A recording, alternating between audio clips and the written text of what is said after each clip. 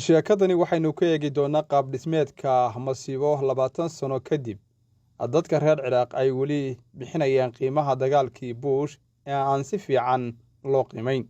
Sheekadani waxaynu ka eegi doonaa 20 sano ka hor bisha Maaris sanadkii 2003 19 bishaasi isbahaysigii uu hogaaminayay Mareykanku ayaa weeraray Ciraaq. Laba sheegasho waxaa soo jeediyay Mareykanka iyo xulafadooda Ingiriisku si ay uga qiildhigaan afgembi aan hore loo arag oo ay ku sameeyaan xoog hogaamineed dowladdii madaxa bannaanayd in madaxweyne Saddam Hussein uu haystay oo uu isu diyaarinayay inuu isticmaalo hubka wax burburiya iyo nidaamka uu gacanta ka geystay weeraradii 11 bishii Sebtembar weeraradii Al-Qaacida ee ku qaadeen Mareykanka sanadkii 2001. Labada sheegasho waxa ay noqdeen kuwo been abuur ah.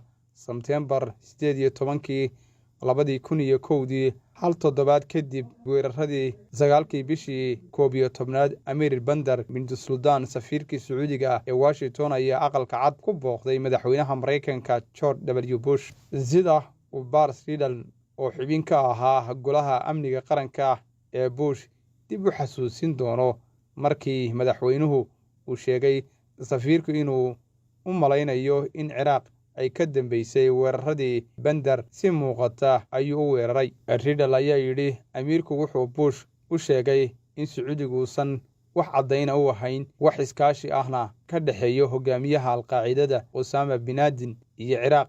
Runtii taariikhdu waxay ahayd inay yihiin kuwo ka soo jeeda, laakiin Bush wuxuu aad ugu mashquulsanaa keligii taliyihii Ciraaq Saddam Hussein waxaanu si ula kac ah u marin habaabinayay dadka Mareykanka cidda ka mas'uulka ahayd weeraradii 9 bishii 11. Sidaas darteed Mareykanku waxa uu dagaal ku galay Ciraaq isagoo iska dhigaya inuu u argudayo dadkii ay dileen ee qaraxaasi ku dhintay. Maqaal lagu daabacay blog The Lova Sebtembar sanadkii 21 bishii 11. Riddle waxa uu qoray in kadib markii uu Bush kula kulmay aqalka cad, Bandar waxa uu si gaar ah u sheegay in Sacuudigu aad uga walaacsan yihiin meesha uu Bush ku mashquulsan yahay Ciraaq. Sacuudigu waxa ay ka walaacsanaayeen in weerarka Ciraaq uu faa'iido u yeelan doono oo kaliya Iran oo uu kicin doono cawaaqib xumo ba'an oo ka dhacda gobolka oo dhan. Kani waa sheekada sida Mareykanka iyo xulafadiisu u been abuureen amaba si ula kac ah ay u marin habaabiyeen sirdoon si ay ugu qiildhigaan duulaanka markii dambe la arkay in aan la aqbali karin.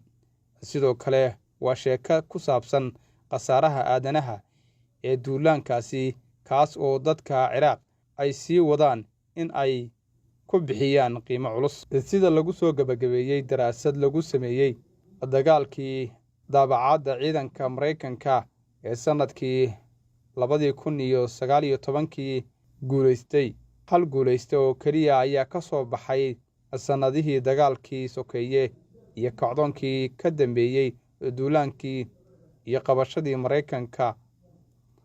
daraasadan amaba sheekadani oo uu diyaariyey website-ka caalamiga ah ee Arab News ayaa sidoo kale waxa uu eegayaa xaaladda Iran ee haatan iyo ta Ciraaq maxay wadaagi doonaan.